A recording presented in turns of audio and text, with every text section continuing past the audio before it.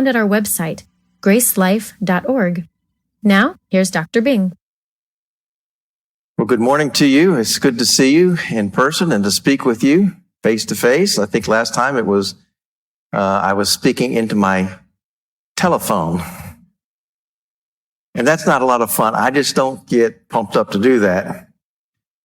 It's so much better to interact with the smiles or the frowns or the people taking a nap in the back or something like that. It gives me clues about how I'm doing. But anyway, I hope that worked out well for you. We've all had to make adjustments according to our circumstances, haven't we? It's been a strange season of life, a strange year for all of us. I'm speaking from Ecclesiastes chapter 5, if you want to turn there. It seems I had the same conversation with the same rental car agent as I did a few years ago. But they always ask you, what are you in town for? I don't know why. They always ask that. And I said, I'm preaching at a church. Oh, what are you preaching? I'm preaching from the book of Ecclesiastes. Well, what's that? I said, well, it's a book in the Old Testament. Oh, we believe in the Old Testament. I'm Greek Orthodox, she says. In fact, my brother is heavily involved in the church. And I said, well, that's good. She says, what's it about? I said, well, it's about living life without God from a human perspective, and it raises a lot of questions and mysteries about life. And it can be difficult to understand if you're not familiar with it. Okay, she said, well, I'll just let my brother cover it. He kind of covers us all. I'll just follow him. And I said, well, it's not going to be quite enough if you stand before God. He's not going to ask you what your brother believed. And I shared a gospel tract with her. Anyway, said, read this when you get time, because it was very busy. And I'd been standing there an hour already anyway. So these things kind of happen. I want you to take a look at the newest book I just put out called Fishing for Life. There's a chapter in there about Florida with some people you know. And people have really enjoyed the stories there, even if you don't like fishing. And grab a newsletter. The latest newsletter tells us where I've been, where I'm going. Also, they're out in the lobby out there. So we're in Ecclesiastes chapter 5, and you remember from the book of Ecclesiastes that the author, Solomon, is looking at life from a human perspective, limited strictly by what he can see. And so he talks about life under the sun, and his conclusion all through the book is that everything is vanity or meaningless or futile. The word kind of means empty, a puzzle. He just can't figure things out. And we might say that Ecclesiastes asks the questions that the rest of the Bible answers. But Ecclesiastes sometimes does not answer those questions, but in a vague way. Now in chapter 5, we're coming off of, I'm going to start with verse 8. And chapter 4 talked about the futility of work. Having to work and work. Where does this get us? Chapter 5, verses 1 through 7, my last message online, was about the futility of careless words and warned us about careless words and gave us some wisdom there. Today we're going to talk about being wise with your wealth from Ecclesiastes chapter 5, verses 8 through 20. We've heard a lot about health and pandemics and warnings. And I don't want to make your day any worse, but there is another affliction out there that you should be aware of. And by the way, our resources are available there in our podcast. It's called affluenza. Affluenza, which we'll call an affluent lifestyle that can lead to materialism, greed, pride, and callousness. And many people test positive, and children are very susceptible to it. Dave McKenna, as quoted by Randy Alcorn, says, affluenza is a strange malady that affects the children of well-to-do parents. Though having everything money can buy, the children show all the symptoms of abject poverty, depression, anxiety, loss of meaning, and despair for the future. Affluenza accounts for an escape into alcohol, drugs, shoplifting, and suicide among children of the wealthy. It is most often found where parents are absent from the home and try to buy their children's love. We certainly have a generation of children. Each generation probably grows up with more prosperity than the previous generation. It was so exciting for me when my father said, let's go out to McDonald's and get a 23-cent hamburger. To me, that was a thrill because we rarely ate out. Today, you ask my grandchildren where they want to go for lunch after church, and it's Olive Garden, Red Lobster, or Chili's. Okay, parents are paying for that, not me. Their standards are a little bit different. They've been influenced by this affluenza. Some children are actually spoiled, and the culture and the media around us doesn't help that at all, with the ads, advertisements, and the fashions and the peer pressure. But affluenza can destroy the spiritual life of a person when our eyes are focused on the wealth, things that we have and things that we don't have. And yet 1 John chapter 2, verses 15 through 17, I won't read the whole passage, but remember it says, don't love the world or the things in the world. And remember the warnings to the church at Laodicea in Revelation chapter 3 about how it was a very prosperous church, and yet they had grown lukewarm spiritually. So one of the dangers of being prosperous, wealthy, is that we neglect our spiritual needs. We get our eyes off the Lord. A Romanian church leader who had suffered under communism spent a lot of time in the West, and he said, quote, 95% of believers who face the test of persecution pass it. 95% of those who face the test of prosperity fail it. So Solomon, we know, was the author of our book, and he's looking at life from a human perspective, a horizontal view, and he looks around him and it just doesn't make sense. It's meaningless. Vanity is the word often used. And he's just looking at life with a limited view. And we also know from Solomon that he was one of the richest men, if not maybe the richest man in history, as he's described in 1 Kings. Extremely wealthy. And so his words mean something. And today we have, this is Solomon's perspective, but today we also have the perspective of like Jesus, who said in Luke 12:15, take heed and beware of covetousness, for one's life does not consist in the abundance of things he possesses. Or Paul in 1 Timothy chapter 6, but those who desire to be rich fall into temptation and a snare, and into many foolish and harmful lusts which drown men in destruction and perdition. Well, these are more straightforward warnings, a little easier to understand, a little easier to preach, frankly. The book of Ecclesiastes is not always the easiest to understand, nor is it the easiest to preach, because it's set in the context of ancient wisdom literature, which often uses poetry and illustrations and analogies and a different way of thinking and approaching things. But I think we can understand King Solomon's message. The passage is going to break down like this, basically into two parts: how affluenza can harm us and how to avoid affluenza. So let's look at verse 8 together. And we see there that one of the effects it can have on us is we treat others as less important. He says it this way in verse 8, if you see the oppression of the poor and the violent perversion of justice and righteousness in a province, do not marvel at the matter, for high official watches over high official, and high officials are over them. Moreover, the profit of the land is for all, even the king is served from the field. Those are difficult passages even for me to understand as I studied this, but I think what he's saying is you look across the world and you do see a lot of poverty and oppression of the poor. Now, I've been around the world multiple times in many, many different countries, and I don't need to tell you that the poor in these countries are poor because of the oppression of their politics and their leaders. Famine is not usually due to catastrophes or crop destruction. Is usually due to politics and people on top skimming some off and people on top of them skimming off, leader upon leader, getting their cut of the crop or the cash or even the welfare, the aid that we send over there. Everybody wants to skim it. If you've ever tried to get something done in one of these developing nations or third world countries, you find you have to go through this layer of bureaucracy and where everybody gets a cut of something. Now, I have a policy that I don't pay bribes, but I know people who have had to just to get out of the situation. Sometimes it's not called a bribe, it's just called a fee. Well, I'll pay a fee, but I won't pay an outright bribe. But leader after leader after leader has learned to oppress those who are less powerful from them and get their cut of the wealth.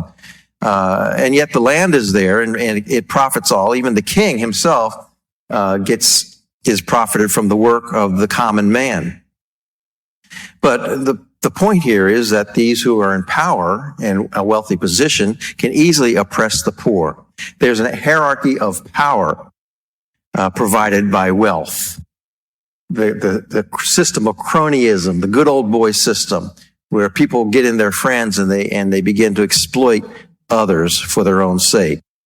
And so he's saying, don't be shocked at oppression that you see at every level. And poor folks of a country or a region who are working hard, but the government is able to take it away from them by oppression, by taxation, by any kind of other exploitation. And so these poor countries have one dictator after another just come in and rape the country of its wealth, and the people are left in poverty. And that cycle just repeats itself. Leadership is needed. We know that. But it has to be good leadership. It can be good, but so much of it in the world is corrupt. And the same can be true of us when we find ourselves in a wealthy or powerful position. It can cause us to forget what it's like to be poorer or oppressed. A doctor who struggles through medical school, scrapes his way through, finds himself wealthy, and then he forgets what it's like to pay for a $75 office visit. Or is it $150 these days? I'm glad that Karen and I struggled through seminary at almost a subsistence level, school and seminary, because we did not go into debt. We did not take school loan. We paid it as we went. And it reminds us of where we came from and how to use what we have now to help others and not take it for granted. It's a good experience to experience what it is like to be poor or in need, and then you can have more empathy for those who have needs today. So God created us to love people, not things. And we can easily treat others as less important when we get in a position of power or wealth. Now, the second point he's making about this affluenza is that we're not satisfied with what we have. That's one of the dangers of it. He says in verse 10, he who loves silver will not be satisfied with silver, nor he who loves abundance with increase. This also is vanity. You can't eat money. You can't eat silver. You can't eat gold. And when is enough enough? Because this man who's gathered his wealth has never stopped to ask, how much is enough? Have you ever asked yourself that question? And so affluenza creates an unquenchable thirst, like some diseases like diabetes, for example, creates a thirst in some. The house could always be bigger. The car could always be newer, more luxurious, the computer faster, the TV larger. Money buys comfort. It buys influence, but it can't buy contentment. Do you ever find yourself saying, if only I had fill in the blank, I'd be happy. If only I had that new car. If only I had that new boat. If only I had that new zip code, I'd be happy. I don't know if you would. Not if your eyes are on the things instead of on the Lord. So one of the dangers of affluenza is we're just not satisfied with the things that we have because we have this desire for more and thinking it will make us happy. And then the third problem is that we attract exploitation by having a great deal of wealth, prosperity. Verse 11 says, when goods increase, they who eat them increase. How about that? So what profit have the owners except to see them with their own eyes? So a person gathers a lot of wealth, and his satisfaction is he can see it, but others are coming for it. They could be members of his family. They could be his lawyers. They could be his entourage. They could be all different kinds of people. Salespeople. Money seems to attract, doesn't it? People wanting contributions for a political party or even a church. Money makes a lot of friends. Proverbs chapter 19, verse 4 says, wealth makes many friends, but the poor is separated from his friend. I wouldn't call them friends. I'd call them parasites. Parasites who want to live off of the wealth that others have accumulated. And you've seen it with famous people, movie stars, sports stars. They travel with their entourage, and they're just parasites living off the wealth of the superstar. And when the superstar crashes, they disappear. Would they be around if they didn't have money? Would they truly prove themselves to be friends? So beware of affluenza, because it can attract exploitation and false or phony friends. You know, another problem that Solomon points out in verse 12 is that those who have great wealth sometimes can't rest. He says, the sleep of a laboring man is sweet, whether he eats little or much, but the abundance of the rich will not permit him to sleep. So here you have a man who has an honest job, honest living. He makes enough. He's getting by. He's not worried about things. He goes to work. He comes home tired, and he gets a good night's sleep. But here's a man who has an abundance of wealth, and all he has to think about is not how to gain it, but how to lose it. And so he goes to bed at night worried about how to lose it, because his mind and his attention is captured by the wealth that he has. That can be a problem in life. Henry Ford, after he became very wealthy, said, I was much happier doing a mechanic's job. So the one who's resting on his wealth has nothing to focus on except for the fact that he could lose it, and therefore loses his sleep instead. I had one preacher friend who was involved in the stock market, and he said, you know, I would get up first thing in the morning, and I would check the stock market, and I would check it all day long. I just become obsessed with the ups and the downs of the stock market, and it just captured my attention to such a degree. He said, I finally just sold everything because I realized it was distracting me from my relationship to God and my ministry. Maybe a wise decision for him. So how much is peace of mind worth? You might ask yourself.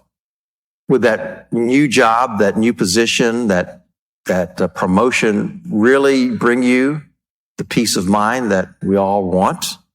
Or would it just bring you more money to worry about? Then he goes on in verses 13 through 14 to show that having a lot of wealth makes us vulnerable to sudden loss. Sudden loss. He says, there is a severe evil which I see under the sun. Again, from the human perspective, as he looks out there, riches are kept for their owner to his hurt. So the one who hoards can actually be hurt by that. But those riches perish through misfortune. When he begets a son, there's nothing in his hand. So he can lose that wealth through some kind of misfortune, a disaster, a catastrophe, a Black Friday or Black October, or a crash in the stock market, a health crisis, a pandemic that puts so many people out of business. How true this is for so many unfortunate individuals who've lost their businesses. And so their riches perish through misfortune. You've seen the interviews on TV of people crying and fretting over the business that new business suddenly lost, or a business they built over the years suddenly lost. It's heartbreaking to watch that, but it's a fact of life. It's an evil that we see under the sun as we look out there, especially in today's circumstances. And so even though he has a child, that child is born with nothing in his hand. I take it that child is born with nothing to inherit from his father or parents. So he's born empty-handed. There's nothing to pass on to him. Proverbs 23, verse 4 through 5, again, wisdom literature adds to this, says, do not overwork to be rich. Because of your own understanding, cease. Will you set your eyes on that which is not? For riches certainly make themselves wings. They fly away like an eagle toward heaven. I love that poetic language. Riches make themselves wings and can fly away like an eagle towards heaven. So misfortune can come, and if you have your eyes only on your wealth, then you're going to have a terrible side effect of affluenza. And we can't take it with us. Now, he just talked about this little baby that's born with nothing in his hand. He's born empty-handed, no wealth to inherit. But that follows through life to the grave, and we can't take it with us. And so a child that's born into this world, he reminds us in verse 15, as he came from his mother's womb, naked he shall return. We're born with nothing and we leave with nothing. To go as he came, and he shall take nothing from his labor which he may carry away in his hand. And this also is a severe evil. Just as exactly as he came, he shall go. And what profit has he who has labored for the wind? There's a certain futility in knowing that we're born with nothing. We work hard, we sacrifice, we train, we get an education, we work our way up the ladder to success, we accumulate things, and then when we die, we can't take a thing with us. You've heard about the ancient graves of Egyptian pharaohs and Chinese kings that are buried with mass amounts of wealth, and we dig them up, and guess what we find? We find massive amounts of wealth, if it hasn't been looted already, because they really couldn't take them with them. Their souls went on, but not their wealth. Again, a very, very rich man named John D. Rockefeller in the past, after he died, his accountant was asked, how much did he leave? And his accountant said, all of it. And so will we. So affluenza blinds us to the temporary nature of wealth. And it's sad to see someone who dies and leaves their money. They can't take it with them, but they leave it to fools or dysfunctional family or irresponsible family or even their cats. I remember reading an article, I forget how much this lady left, a couple $1 million to her cats after she died. And they could maybe use it for good, but probably will waste it in some way. So hold on to wealth lightly and use it widely. Don't hoard and build it up and find security in that. But our security should be in God himself. You can't take it with you, but Jesus did tell us we could send it ahead, didn't he? He said, lay up treasures in heaven where moth and rust and thieves can't get to it. Lay up treasures in heaven. Send it ahead. There's nothing wrong with wealth in and of itself. What is wrong, and what affluenza does, is get our eyes focused on wealth as an end in itself. And we build up treasures on earth while we're bankrupt in heaven. But thank God that I think even Ecclesiastes, we'll see more and more as we go into the book, especially at the end, it anticipates a future accounting in which we'll be held accountable for our lives. And that we know today from the New Testament perspective is called the judgment seat of Christ, where we will be rewarded for our faithfulness. Jesus said, lay up treasures in heaven. Now, I don't know what those treasures are. I don't really need to. If he says they're treasures and valuable, I'm just looking forward to it. And so we want to pay it forward to our eternal reward. Final effect of affluenza is that those who have it are just not happy. They find that wealth is not that fulfilling. He says of this man who's born with nothing and takes nothing to the grave, all his days he also eats in darkness, and he has much sorrow and sickness and anger. So this man who is focused only on his wealth, it has a dark cloud over him all of his life, and it causes sorrow. Sorrow when he loses money, sorrow when he loses a lawsuit, sorrow when someone sues him, sorrow because he's never satisfied by his greed. And Solomon mentions sickness, maybe from stress or ulcers or high blood pressure. So much is caused by stress, we know. And anger, bitterness and resentment from others who are using him or exploiting him. It's a package deal when we don't have our eyes on the Lord and only on our wealth, and can cause a lot of these dark issues. Another rich man named Andrew Carnegie in times past said, millionaires seldom smile. And when you think today of some of the extremely rich folks who have passed away, they pass away as recluses, eccentric, hidden, Howard Hughes comes to mind. He's an older figure, but we could name more modern ones. Read Steve Jobs' last words, which is you can find easily by just Googling them, and what he said about life and wealth. I don't know that he said them as a Christian, but he was close, and he realized the vanity of the wealth that he had accumulated. Steve Jobs is how you pronounce it. So wealth in itself does not make us happy. So how do we avoid affluenza and getting into that trap, into that attitude where we're just focused on things? The first thing he says in verse 18 is that we should see our work as a gift from God. It's a gift from God that provides for our needs, but it's so much more than that. We can find enjoyment in it. He says, here is what I have seen.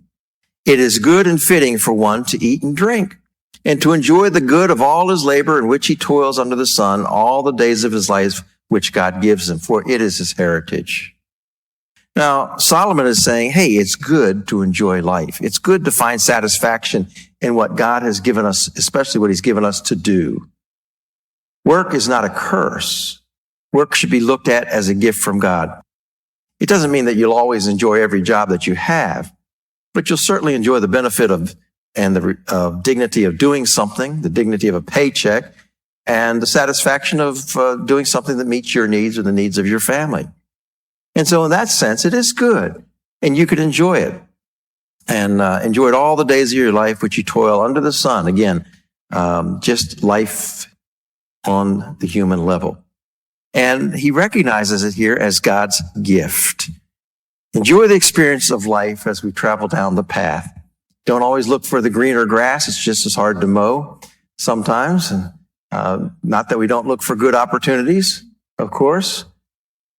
We look for advancement. We look for opportunities sometimes, but don't think that happiness lies there.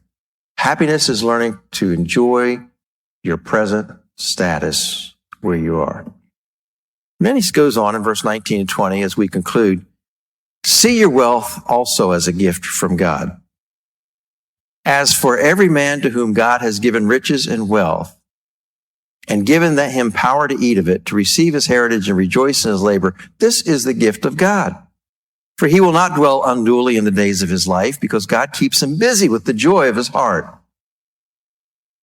Now he talks here about every man to whom God has given riches and wealth. And someone might say, hey, wait a minute, God didn't give me this. I worked hard for this.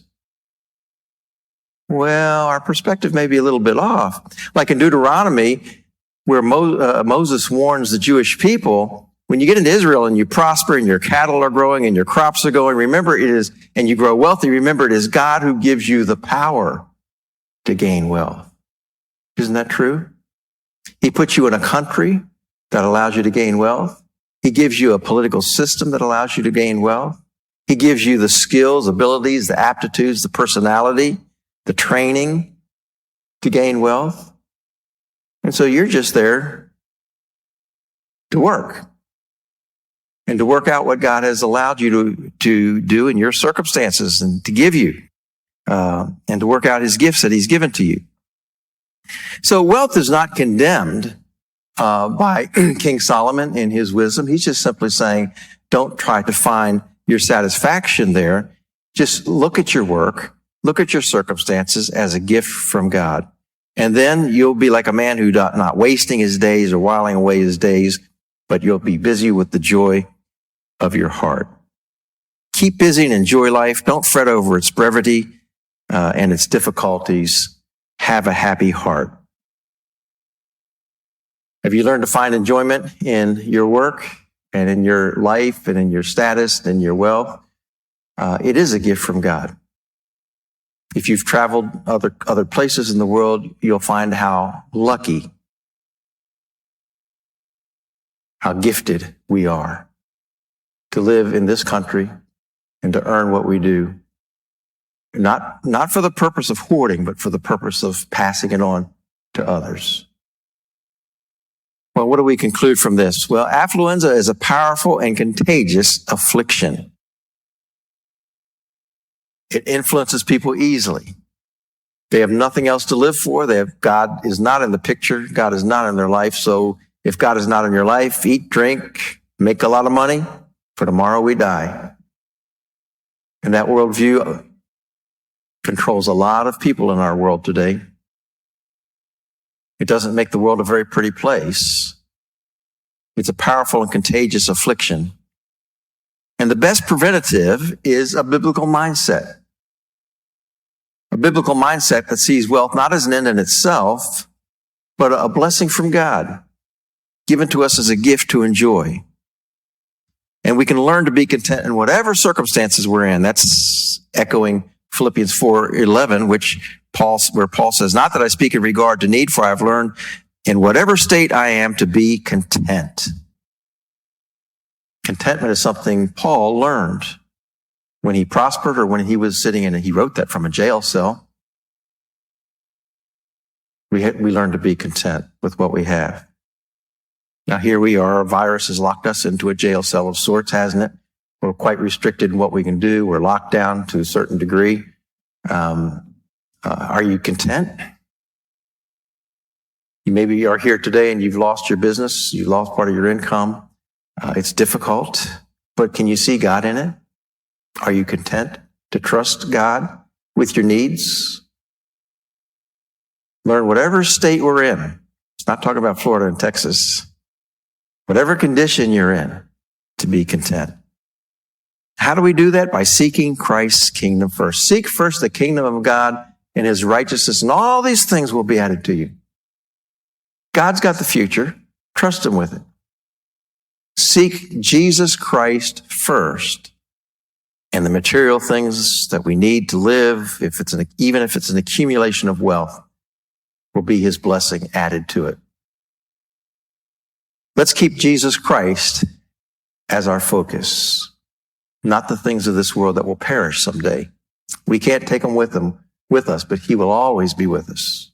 And he's prepared a place for us. Isn't that great? Well, Father, I thank you for the Lord Jesus Christ that makes life meaningful and answers the questions that are raised in a passage like this. And we're so grateful for him to give meaning to life that goes way beyond the things of this world. And so help us always to focus on him and the riches that we have in Jesus Christ, stored up in heaven for us, which can never be lost. And help us in this world to lay up our treasures in heaven. In Jesus' name, amen. Thank you for listening. For more resources, or to help spread the message of God's life-changing grace, visit our website at gracelife.org. We'd love to hear from you. Send us a message at simplybygrace@gracelife.org. See you next time.